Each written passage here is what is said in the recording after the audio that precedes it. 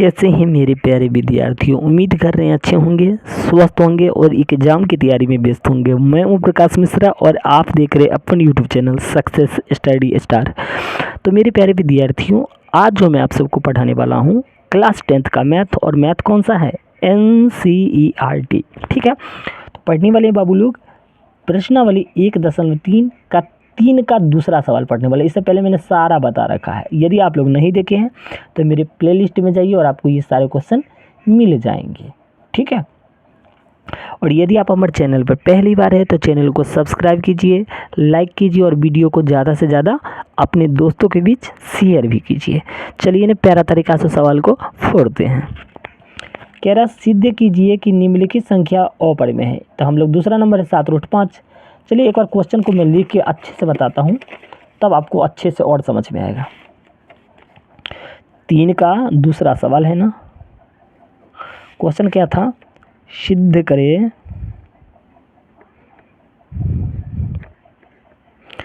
सिद्ध करे 7√5 एक अपरिमेय संख्या है।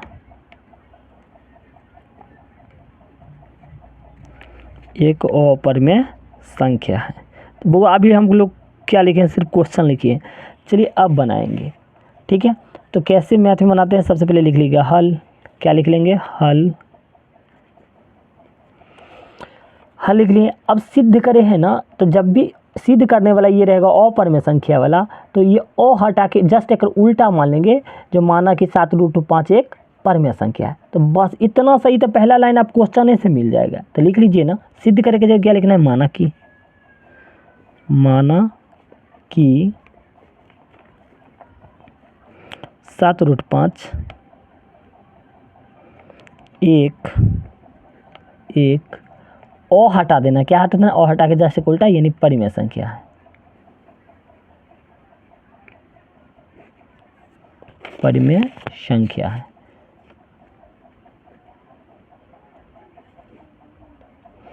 बताइए, ये इसको मान लीजिए जैसे 7√5 एक परिमेय संख्या है, तो एक कंडीशन आपको चलिए मैं बताता हूँ। चलिए 7√5 इसको पहले लिख लेता हूँ। अगर कोई भी परिमेय संख्या कब होता है? तो परिमेय संख्या उसे कहते हैं जिसे हम P/Q के रूप में लिख सकते हैं। परिमेय संख्या किसे हम कहेंगे? जिसे हम P/Q के रूप में लिख सकते हैं, उसे हम परिमेय संख्या कहते हैं।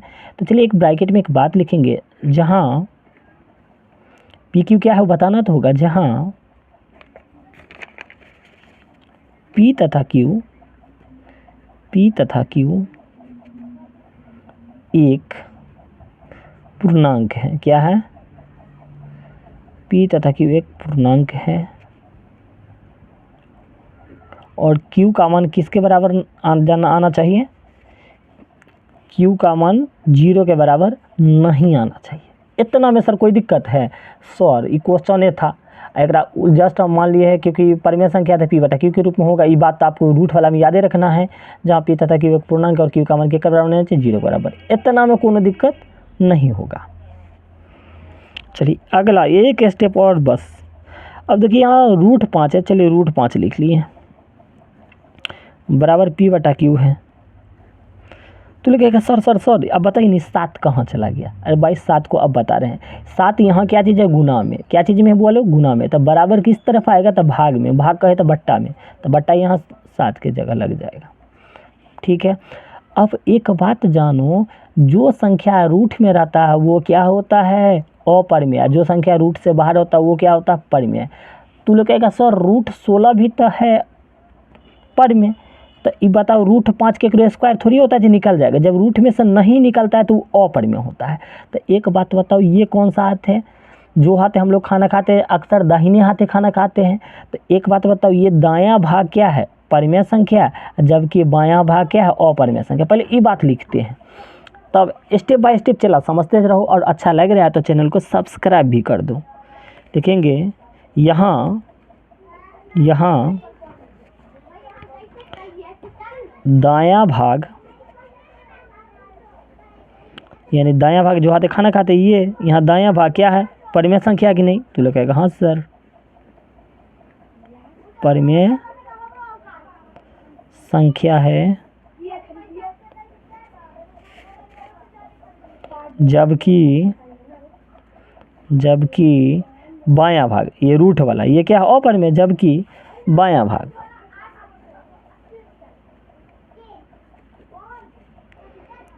भाग अपरिमेय संख्या है।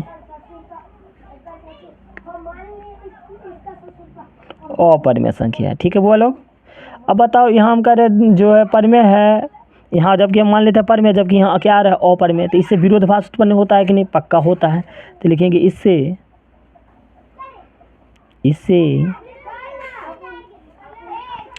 विरोधाभास उत्पन्न होता है कि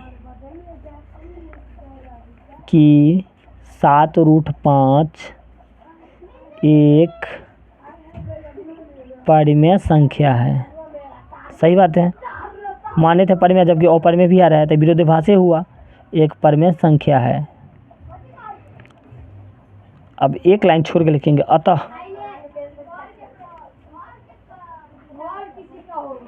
7√5 एक अपरिमेय संख्या है। क्या है बोलो? अपरिमेय संख्या है। तो उम्मीद कर रहे हैं आपको वीडियो बहुत अच्छा लगा होगा और आपको पक्का समझ में आया होगा। यदि आप हमारे चैनल पर पहली बार है तो चैनल को सब्सक्राइब कीजिए, लाइक कीजिए, शेयर कीजिए और कमेंट कीजिए, ज़्यादा से ज़्यादा वीडियो शेयर कीजिए। धन्यवाद।